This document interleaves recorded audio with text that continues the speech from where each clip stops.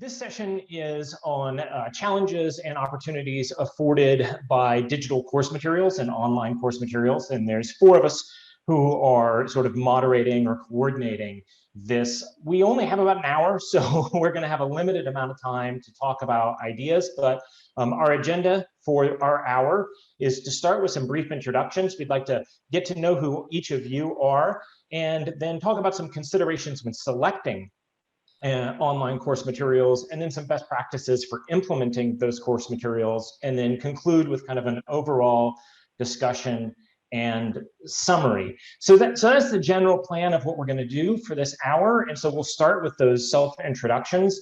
And really, we're just looking for your name, your institution that you are affiliated with, or organization you're affiliated with, and just briefly one thing that you are hoping to get as a takeaway from this session, or one thing you're hoping to learn or find out from this session. So for example, my name is Pat Gehrke. I'm with the University of South Carolina, and I'm really interested in finding out what it is that you all are seeing that you need in your digital text materials, finding out kind of what the lay of the land is for everybody out there who's working with this stuff. And I'll just call out as we go, kind of moving down the list that I've got in the participant list, so you'll know when it's your turn to unmute yourself and introduce yourself. And so next up, Kelly Quinn. Hi, everybody. Kelly Quinn from the University of Illinois at Chicago, and I am very interested in hearing how people are beginning to think about their digital materials for kind of the coming semester. Great, thanks. Marcia Berry. Marcia Berry from Azusa Pacific University. I just want a good idea. I don't care what it is. That's great. Amber. Amber Ruth at Augusta University. I'm just looking to see what other people are doing. Anne Kretzinger-Harries. Yep, that's right. Hi, I'm Anne from Iowa State, and we currently use a digital textbook, but I'm just curious about what other textbooks are using and what platforms people are finding to be the easiest to kind of integrate into their LMS platforms as well. Cool. Christina Brewer. Yeah, hello. I am the editorial director at Fountainhead Press. So a big part of my job is hearing from all of you about what you need, what you're doing, and how we can help. I've been in the same boat as you. I'll just add, we are a small paper publisher that has been transitioning to digital course materials. So I feel like I'm in the same frame of mind as you, as trying to figure out the best way to do things.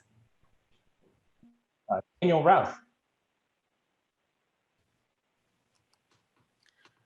Hi, I'm Daniel Ruth from Augusta University. There's three of us here bombing the session, and I'm interested just to hear any issues that people have with digital textbooks, and just become more aware of that situation. Some people opt for the ebook for my public speaking course, at least, and I'm just interested to hear if there are any drawbacks to going fully digital. Thank you. That's great. Cass Secrease. Hi, everyone. I'm Dr. Cass. I'm at the University of Dayton, and we are finishing up our first full semester with a digital textbook through Fountainhead using Top Hat. Cool. J0064 3744.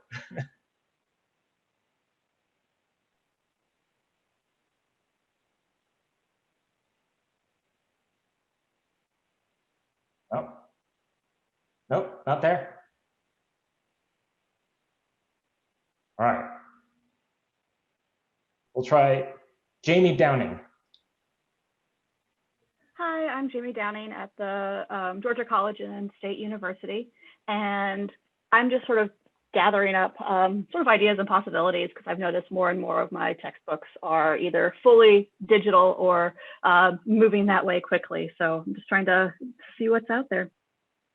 Nice. Joe Valentano, do you want to chime in here?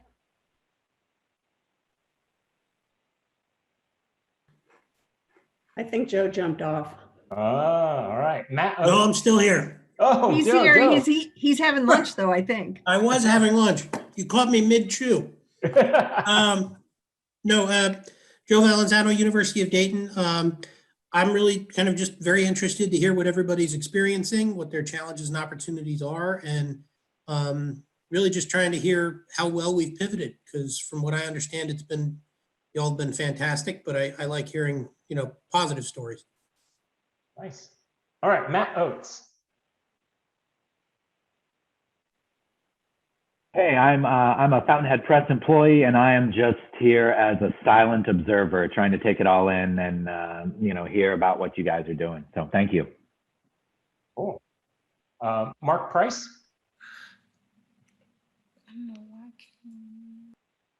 Oh, that's another Fountainhead. Maybe that's Michelle Violante. I'm at the University of Tennessee, and I'm looking for counter arguments for my students who are fighting digital tooth and nail. Cool. Nicole Ackman. Hi, I'm Nicole Ackman. I'm from the University of South Dakota. I'm looking to see how we can effectively integrate digital materials across a variety of platforms. We use a learning management system, but we also use Acclaim. And so just learning how to integrate all of those would be really beneficial for me. Nice. Pam from Augusta. Hi, Pam Hayward, Augusta University. I've used open access materials that I've curated myself for a few courses I teach, but it's not always seamless. So I'm looking for some more like seamless or cohesive approaches to using digital materials. Richard Murphy. Yeah, Rich Murphy from McKendree University, that's over by St. Louis. Yeah, I'm also just interested in new ideas and seeing what you guys are up to. Nice. Sean Wincoop. Hi, I'm Sean Weinkoop from Hagerstown Community College. I'm here to see what everyone's doing, and also if anybody has great tips in motivating students to actually engage with the content, whether it's text or visual. So. Nice. And Tim French. Good morning. I'm Tim French with Fountainhead Press. Just here to see how publishers, how we can serve you guys during COVID as well. So interested to hear what everyone's facing this fall.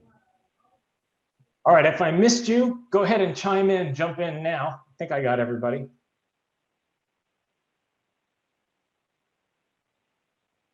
All right, well, we've got about 20 people in this session total, and even subtracting out folks who might not be active, we're probably a little bigger than works really well for a full discussion with everybody here in Zoom. But what we would like to do is get a lot of conversation going.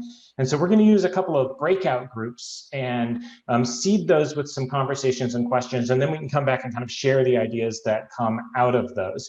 And so our wizard of Zoom, Kelly Quinn, will put you into breakout groups. But our first question we'd like you to consider in your breakout groups is, what should online instructors and course coordinators consider when selecting or using online course materials? And Kelly has some Google Slides for folks to take notes in. So somebody in your group should be a note taker. And take those notes on the Google Slides. She'll post those into the chat box for you, and I'll post the question there as well.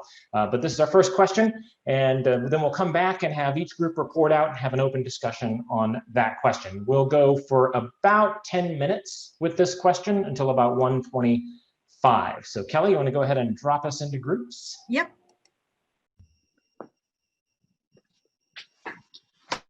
Credit students who get a reduced tuition rate, and so they don't understand why a textbook would cost $120 when maybe the whole class costs $120.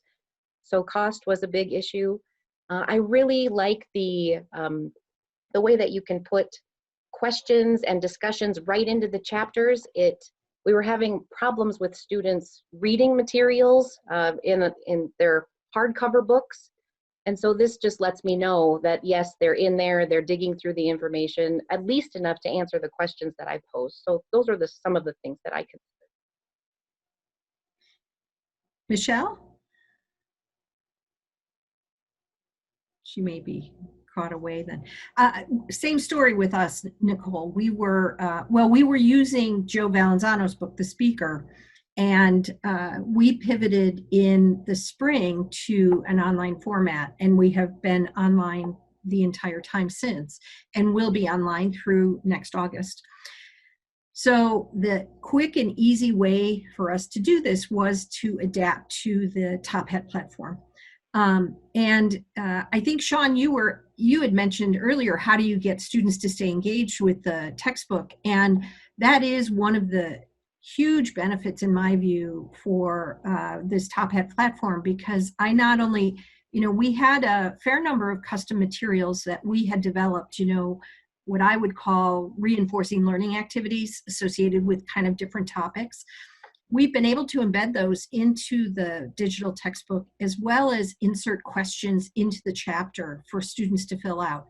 And so our course ended up being a point structure, that you got so many points for completing the questions in the chapter, so many points for completing each of the learning activities, and then of course you have your speech points for the various speeches.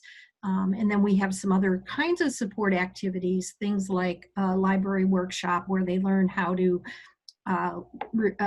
research scholarly sources. We have some peer outlining workshops that we've introduced into the class, so that students can receive that first round of editing from their peers rather than the instructor, which has been huge at improving the quality.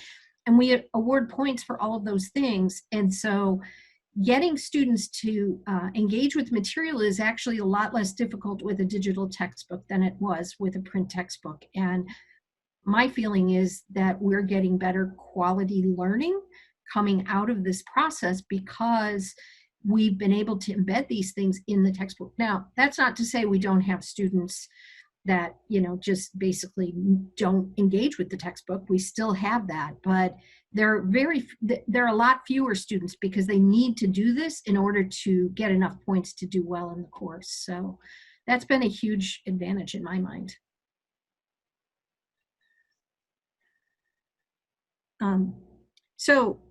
That said, what kinds of things would you like to see in a digital textbook? Like, what kinds of things do you think would be important for you to have if you were using a digital platform?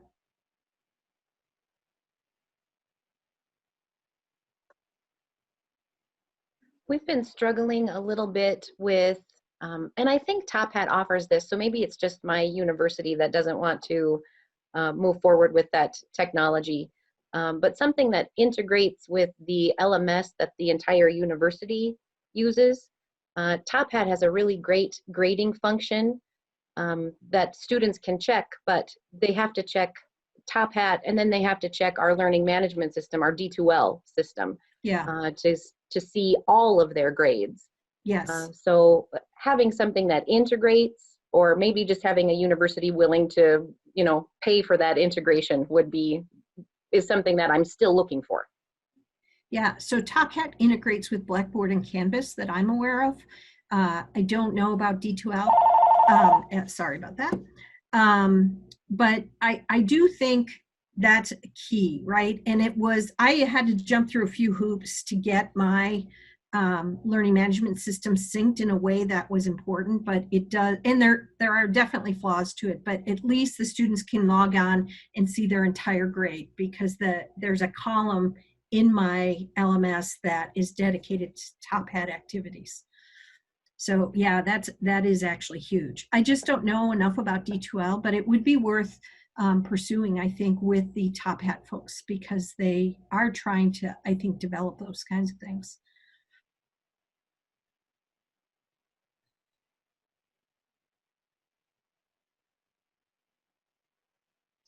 Sean, Pam, other thoughts on that?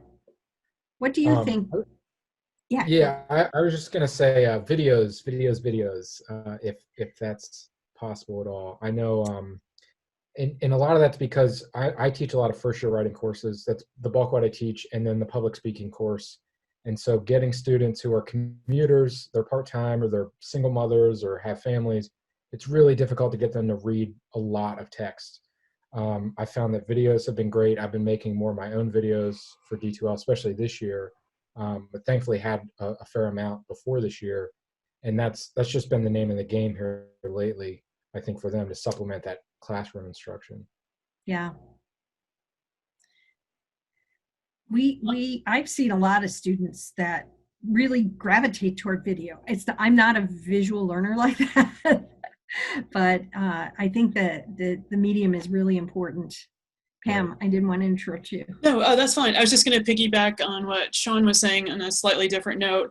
I'm using the Speak Up book, which is out of Macmillan, Bedford, and they do a pretty good job of having some just like small concept videos, but also some video clips of like introductions and some full speeches. So it's a much better job than I've seen done in the past, but I would love to have more in a wider variety, and especially if like complete speeches that I can use as examples in the classroom. Yeah. Or that students could watch on their own. Yeah, we were able to embed quite a few videos into Top Hat. You know, anything that's on YouTube, we can embed it right into the textbook, which is amazing, right? Because, you know, if it's on YouTube and you want to give an example of a certain kind of speech, or a lot of our learning activities, I call them learning activities, are watch this speech, map it out, give examples of whatever the concept is. So, you know, if they watch the Stephen Colbert commencement speech at Northwestern, they're able to look at, you know, and identify, you know, 4 different instances where he's adapted to his audience. Or, you know, later in the year, we might have them, you know, on the unit on language, we will have them look at Martin Luther King's speech, or about Barack Obama's second inauguration speech. You know, some examples like these where language becomes a important feature, so they're able to identify various language structures through that. So those are really key, I agree. But getting the concepts down, we do rely on our instructors to make those quick videos that you're talking about, Sean, those 3 to 5 minute videos on a concept, like, you know, what are you talking about? What are the 5 most important things when you're creating your introduction type of thing? Or the 5 steps. Those are nice because I think once you have them, then you can keep going with them, right? You can reuse them semester after semester. But we've debated whether we want to do that. So I have a lot of graduate students that teach. I'm the director of the course, or what our equivalent to the basic course, and I largely have graduate students teach it. And so one of our dilemmas has been, how much standardization do we want to have? Do we want to create those videos ourselves so that the graduate instructors you know, handle, you know, it's a little more structured for them. On the flip side, we are looking at our graduate students as this is really their opportunity to learn how to teach. So we don't want to take too much of that away from them. So that's been a big dilemma for us. But these are I think some of the changes. Oops, I think I may, let's see. I'm going to close all the rooms. We are out of time for this first question. So I'm going to close all the rooms now and move everybody back to I'm the host, so I have to do this, move everybody back to the main room at this point. So here we go. That's great. Well, I don't know, my group was great. I really enjoyed getting to hear from everybody, and I'm really excited to hear what all the groups came up with. And so let's do just some brief report outs. So hopefully you've each got a representative who took notes and can report out. So let's start with group number 1. All right, so let me go ahead and just share our screen so you can see what we came up with. All right, so we have here, I was going to try to put it in the full screen, but that's okay. All right, so we came up with quite a few different points here. The first one being pricing. Several useful points that were brought up were that there's no market for used e-textbooks. It's kind of a one-time fee, so it might appear cheaper at first for students to buy an textbook access for like 6 months, but then they can't resell and they can't buy cheaper versions or check it out from the library. Additionally, some struggles with trying to keep things simple for students. If students are taking a course online, they're already navigating the technology of the LMS or website that they're using for the course. And so adding an e-textbook can add an additional platform on top of that LMS. And sometimes there's different tech tools embedded within the textbook that add another layer of complexity. So trying to find something that engages students but doesn't require them to master a lot of different forms of technology is important. Also, accessibility was brought up too. So a couple people mentioned that sometimes the e-textbooks can't be read as well on a phone or via different browsers. And so that adds another layer of complexity and also makes it inaccessible for certain students. We raised the question of how do you best encourage students to read and engage with the e-textbook, and maybe are there different formats aside from just a whole dense e-textbook like a bite-sized or article style format, or could the e-textbook itself be written in a more engaging online format to just kind of encourage students to get into the text and read it? The question was also raised of how do instructors get early access to review these textbooks to make sure that they themselves can navigate it very well. And something to look for while you're in reviewing is, you know, if you don't enjoy reading the e-textbook, then your students probably aren't going to enjoy it too. So how readable is it for you as the instructor? And then the final thing we noted was just looking for e-textbooks that also have a print companion, both for instructors who want to use the print version and for students that find that tangible copy as an accompaniment to be very useful as well. Dynamite, thanks. Group number 2. Well, I took the notes, so I feel like I guess maybe I should talk. Let's see. I always have a little issue with this. So we sorry, I can't get to the thing. I do this all the time in my classes, but you'd think I've never done this before. So one of the things that we kind of came up with talking about is the ancillary, my apologies, by the way, if I've misspelled anything, ancillary materials to help with the teaching. So exam, quiz questions, and activities, especially for our adjuncts and maybe even new teachers who are trying to figure out how to do the class, because even though we're going to a digital book, it doesn't necessarily, or digital materials, it doesn't necessarily suggest that we're not going to have anything in class. I know in COVID, it's a little different right now, but I know at UD, we've actually still met face-to-face in small groups. Sample speeches, both good and bad examples. So what are some of the other materials that are being offered to us? We had a couple of people were already using open access textbooks, and I personally haven't used those before, but I can speak from the publisher offered stuff that working with your publisher is really crucial for this work to actually flow. The ease of use and access issues, which the other group had brought up as well. And then understanding the connections between the textbook, the digital learning platforms, and the learning management system. And just something to think about with that is to better understand, like, it is, you do kind of take on, you need to learn a little bit about how the thing works if you want to be able to like use it really, really well. I mean, that's just my own personal theory.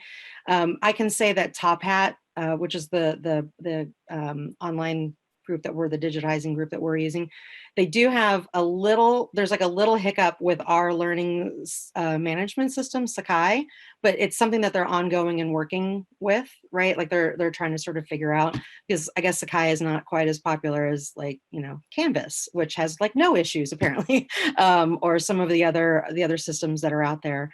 But just understanding like how that works, because I can tell you from my own experience, like to me, it's just like all magic that happens somewhere, but I feel like I have to have like a cursory understanding just to be able to like help think through like how we're going to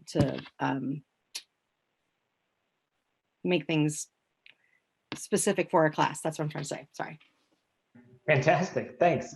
And group number 3. I took a few notes for group number 3. It was mostly what everybody else has talked about. We talked about the cost of digital materials, We talked about integration between those digital materials and the learning management systems that we're all using. We talked about student engagement, being able to embed or upload your own course materials or videos. So students who might not learn effectively through reading, but really like to watch videos to understand a concept would have that opportunity also.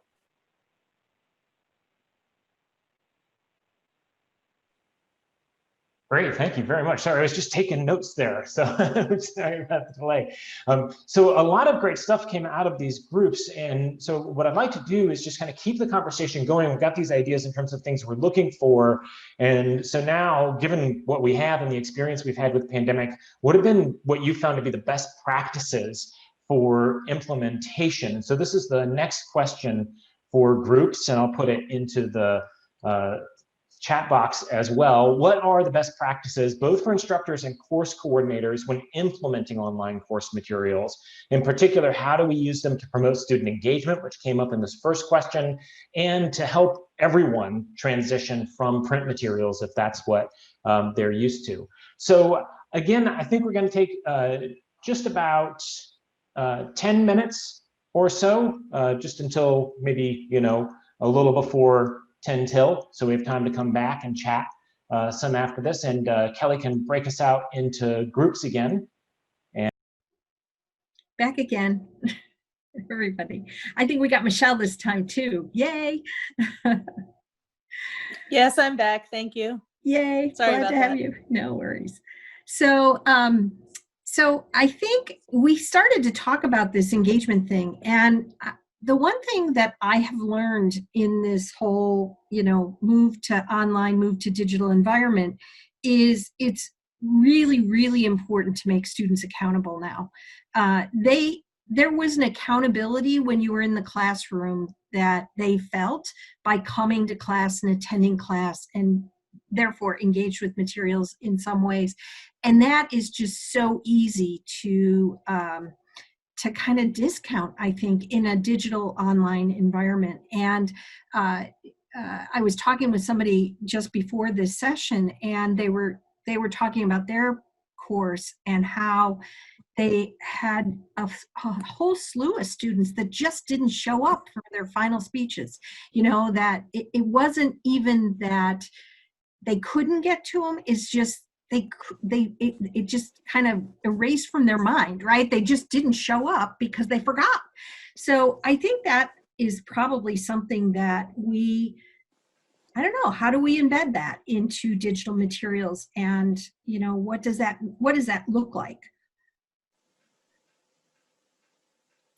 I think one of the issues that I found related to that has to do with their inability to plan and manage their time.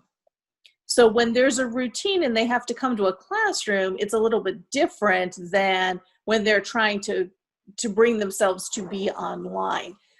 But I am amazed at how many of my students will say to me, well, you didn't put a reminder on Canvas, or there wasn't an event on the LMS to tell me that I was supposed to go and do this. And I'm like, you have a calendar? Write it down, figure it out. This is not rocket science. But I think that that's a skill set that our students just don't have. And even holding them accountable, it just exacerbates the deficit that exists in that skill set. If I can piggyback off that too, I think that, you know, up until I have a lot of high school students because we have the middle college program and everything, and I've noticed that I agree where they seem to have this mentality of, you know, they're kind of pushed out the door in the morning to go to school. So they know that they have to go there because it's a place to get out of the house. And this past year, teaching online, fully online, you know, I've tried to look at myself and things that I do and try to relate to them. And one thing I notice is with online learning, it's out of sight, out of mind. You know, no one's pushing me out the door because the class is in my laptop in the other room. And I don't really feel like going into my other room right now because this bed's comfortable, or my couch is really comfortable, or my dog wants to play. And I'm just wondering how they're doing at home with video games and their siblings and maybe pets, or their parents are at home, you know. Like my niece is 10, she's in elementary school, and she's living with her mom and my grandparents. and my dad's retired. So he's home, and then my sister's working from home, and my mom works from home sometimes.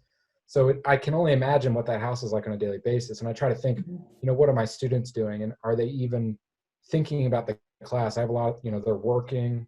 Some of them are essential employees. And I just think, I agree, they don't really have that time management to say, I have an online class. It's not in front of me, but I need to go to my computer physically. And I wonder about, we don't always give place the credit that it's due, and transitioning to a different space, right? That whole idea that you're commuting to a campus or a classroom on campus, you have this psychological positioning, right? That you're going someplace. Well, when the computer's on your dining room table, you don't have that anymore. It's click, and there's no transition time. So I think that kind of also places this, kind of, it makes it a little bit harder to do. I would agree, Sean. I teach a lot of high school students too, and the high school students that are most successful are the ones who come from schools who dedicate a time period for that student to complete, that college level course. Working from home now, I'm in South Dakota, so schools are open, and high school students are going to class just like they normally do, but I can still see that if they have that dedicated time, they do better in the course than students who maybe come from schools who don't have that. Yeah. Something too that we found to be super important this semester was having that regular communication with students. So many of our instructors implemented that Monday morning or Sunday night email to the class that said, don't forget, these things are due this week. This is due Monday, this is due Tuesday, or whatever the schedule was. And then some instructors used an email at the end of the week with generalized feedback on the learning activities and homework for that session. And that had the effect, it had a couple of effects. One is, I think the instructors that did that successfully were less likely to complain about emails, the number of emails from their students. So, and doing it on a regular schedule meant the students knew exactly what they were looking for. It's like, oh yeah, Monday morning, I got my public speaking class. This is what I need to do this week. It just kind of put it first and foremost. And I think as college instructors, we often resist doing those things, right? These people have to learn how to function in society. But I think this whole kind of online environment fosters this very unreal or kind of surreal sense of time for everything, right? So I think the communication was actually hugely important for our students, and that regular communication to put it on their radar, every week, whether it was Sunday night, Monday morning, whatever the day that instructor worked it out, that seemed to help quite a bit in terms of getting students to complete their work on time. But yeah, I agree, there's a heavy reliance on the LMS to prompt students for assignments and activities and things like that. And so having the ability to prompt them is actually key. And not all digital formats will really allow that. You really have to build a lot into Blackboard to get that to happen, but you can do it. Yeah, I would say too, there's I'm always trying to find this balance too. I taught a fully online course this summer, and I had at least one small task they had to do every day. So clearly I'm forcing them to engage, and they're having to check in every day. But then it's like they're having to do something every day, and I'm having to manage something every day or grade something every day. And so you hesitate to overload them with busy work just as a way, in a normal face-to-face class where I would never have that many small assignments due. I would have bigger things. And so then it's like that, how do you balance it so that you're keeping them having to come back, but yet you're not overwhelming them or overwhelming yourself? We have a lot of students that are working full-time, and the problem with having them have to do something every day is they can't lump things together, which really can be complicated for them. So there are some, and yet that doesn't always work if you're scaffolding your students, and you're trying to get them to do certain activities before others. So there's certain times that we do the scaffolding work where they have to have assignments due Monday, Wednesday, Friday of that week. And then there's other times where we just say, okay, all of these activities are due on Friday afternoon. And that having those common due dates does tend to keep them focused on what it is, you know. And in other words, we're putting structure in the course in ways that we let our students structure before, right? Sean, did you want to jump in with something? Oh, I was just going to say one thing I've noticed also is with LMS in particular, we switched to D2L last year, and it's been kind of a nightmare because we used to use Moodle and it was much more streamlined on the page. And one thing I've noticed is they just don't want to click on anything beyond 1 or 2 clicks. And so last year I'd have all these different materials, and I found that they weren't engaging with most of the links. And I knew this because they have like the tracker on D2L. So I'd have a video and they'd either didn't click the video or they watched it for 15 seconds. And so now what I did this year was I condensed everything into one assignment page. So if anything was related, it would be hyperlinked out, or it would have embedded images or videos or whatever. But I'm still finding that they're trying to get past that somehow by just clicking on the calendar. So they're not going into the content itself. They're clicking on the assignment in the calendar and just seeing that there's something due. And then they don't think that there's a whole description of stuff there. They just figure it out on their own and then submit some type of essay that has nothing to do with the assignment that I asked them. Yeah. Going back to what Kelly was saying about emailing them, one of the tricks that I found was not to email them through the LMS. And the reason being because the LMS puts this big frontage set of stuff on there. And so all I did was create a distribution list in my email that I would BCC them on. And because they could actually see the subject line and not see the course name or whatever else the LMS puts on the front of it, they were significantly more likely to open and read, well, as best they read, the emails. And it seems like such a simple little thing, but you know, the LMS is real simple. It takes a little bit of time to create the distribution list, but overall I found it to be significantly more effective. And what my students told me, Sean, was they just want it to be done. They don't want any kind of process along with it. And that's part of why they don't like the scaffolding assignments, is because there's all this process. They just want to get to product. Oh yeah, I had such a terrible time. Every semester at the beginning, it takes me weeks to explain that, no, this essay is not due this week. It's due in 4 weeks, or this speech is due in 4 weeks. This week, we're going to work on something that's going to help you write or perform that speech. And it's like, they don't get it. They're like, well, I want, you know, I thought it was due. I don't have time for this. I got to work on that. Yeah. No, I think we all struggle with that student that just wants to check the boxes and get credit for the class and not really learn. And that is something that I do think the digital materials help with, because it requires them to stay with it. It just depends on how your book is structured or your content is structured. It doesn't have to be a book, you know, it could be exactly what you're talking about, Sean. I wonder too whether, you know, requiring, like, I don't know if your LMS has it, but ours has where you have to do certain things first before the next thing becomes available, and maybe using that would help too. Yeah, I don't know. No, yeah, we don't have that, but that would be interesting because it would kind Yeah. of force them to do. Exactly. Right. I think we've got everybody cycling back in. I think we've got everybody back in the main room. So let's hear what all the groups came up with in terms of some best practices, some takeaways that we can all take home with us. And I'm going to go backwards through the groups this time. So let's start with group number 3. Nicole, I wonder. Nicole was our note taker this time. There you are. Hi. Yes, I didn't fill out the slide like I should have. I was involved in listening in the conversation, but we talked a lot about how to, like the question said, how to engage students in these digital materials. And we talked about kind of the struggles that we found so far. Students really not wanting to go beyond 1 or 2 clicks to find information.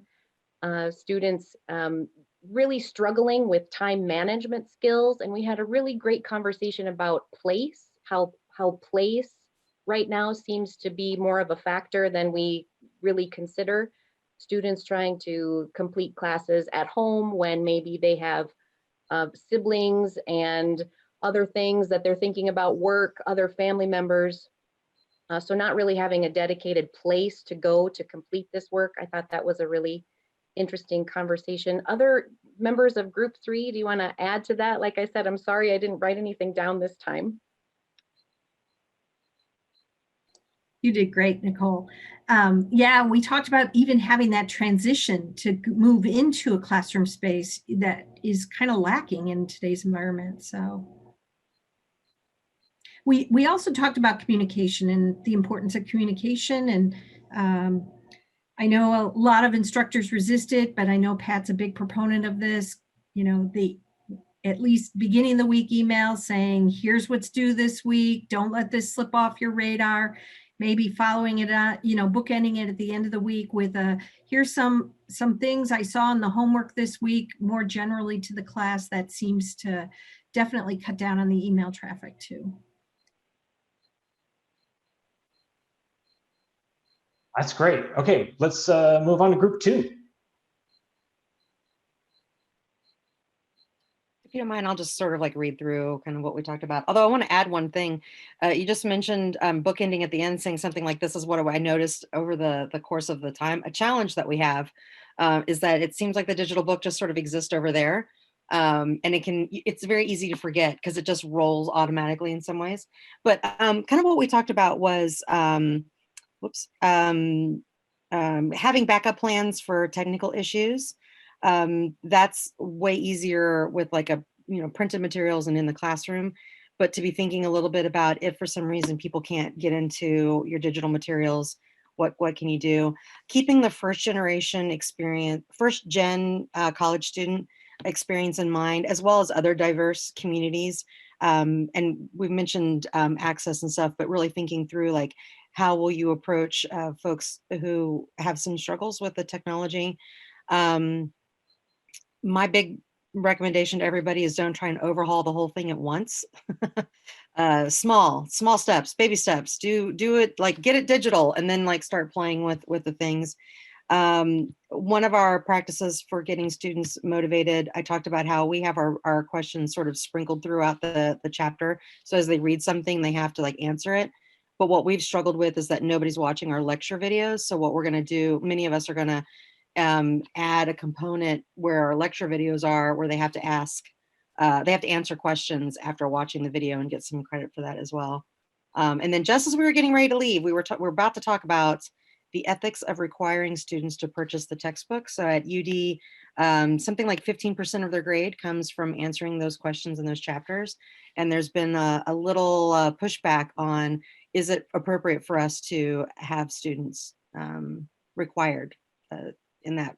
I mean, everyone's required to get the textbook, but as we've mentioned before, like sometimes people just get through the class without it. That's not how this kind of works out. Interesting. That's a really, really interesting question to think about. Group 1. All right, so we've, some of our points overlapped with points identified by your groups too, and so I'm pulling up our slide here. We talked a lot about how to create alignment between the textbook and the coursework, and making sure that if we're assigning something in the e-text, that there's some corresponding part of the class that coordinates with that too. We discussed having some of the things that you all did, like having a short reading quiz that either tests on the reading or tests on an accompanying video that kind of underscores important concepts from the chapter of the textbook that they've been assigned. We talked about how keeping the videos or accompanying materials with the textbook short is really helpful too, so that students aren't having to do a reading and then digest a really long video as well. The point of using back-end data from either the LMS or the textbook to sort of assess what students are engaging with can be helpful to instructors. let's see, and then also just making sure that if we're using an e-textbook, that we're providing other alternative ways of learning the material from the text that kind of complement the textbook as well. And that's where like the quizzes or the short videos came into play as well. And yeah, group members, if you had anything else you wanted to bring up, feel free to chime in too.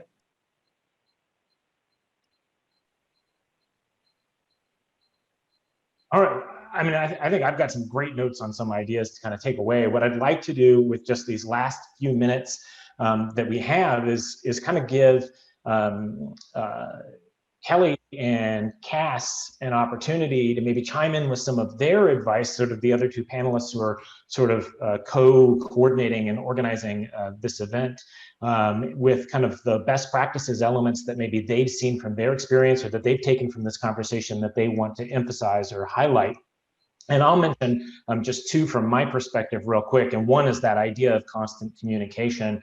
I find that students engage the online materials, whether it's in the LMS or the textbook, a lot more if I am communicating with them consistently and constantly about what's due, when things are due. So I do the beginning of week emails, and then I email them the day before anything is due, and I email them the morning of anything is due. So they're getting emails all the time from me. And in those emails, I'm usually including not just, hey, this is due, but here's some important reminders for this assignment, and where there's elements in the LMS or in the course materials or the textbook that can help them with those parts of the assignment. And so that kind of integration helps in there. And the other I want to emphasize is this idea of short videos. We did 10-minute videos for our online course content, and that works okay. That's pretty good. But the new course I'm developing now for probably 2 years from now, we'll stick to 6-minute videos because our back end is showing that works better. Kelly, do you want to jump in with some concluding thoughts or advice? Those are great comments, Pat, and consistent very much with what we're finding in our course at UIC. And then I guess the other thing that I would add in there is that we need to think about adding structure into our courses in ways that we didn't have to do before. There was a lot of structure on going to class, being on campus, having prompts from your fellow students that is no longer in place. And so, consistency on things like, the chapter is going to be due and you're going to get that email from me every Monday. And, I'm going to have quizzes always going to be on a Friday, or, things like this is actually going to be very, very helpful for us. The other thing is this bifurcation between the textbook and the learning management system. We think about our learning management system as a hub. Everything links out from our LMS. So students come into the learning management system, we embed links into the digital materials from there. They use the LMS to upload assignments because we have better tools in the LMS than we do in our digital textbook for plagiarism checking and assessing through quizzing and things like that. So students know to go to their LMS first and then use the links to go elsewhere. And that seems to have really helped with structure as well. That's great. Great ideas. Cass? I'll make it excuse me, I'll make it short and sweet. Definitely talk to your publishers. If there's a particular book that you really like, I would talk to them about what are they already doing with digital work, and then what from what they're working on can you customize, because I think making something a little bit special just for you and your students is another way to get students motivated to kind of work on the stuff. And with that in mind, the idea of talking to our publishers, maybe Christina, from the publisher's perspective, is there anything you want to kind of add in that that can help us think about questions that we've raised?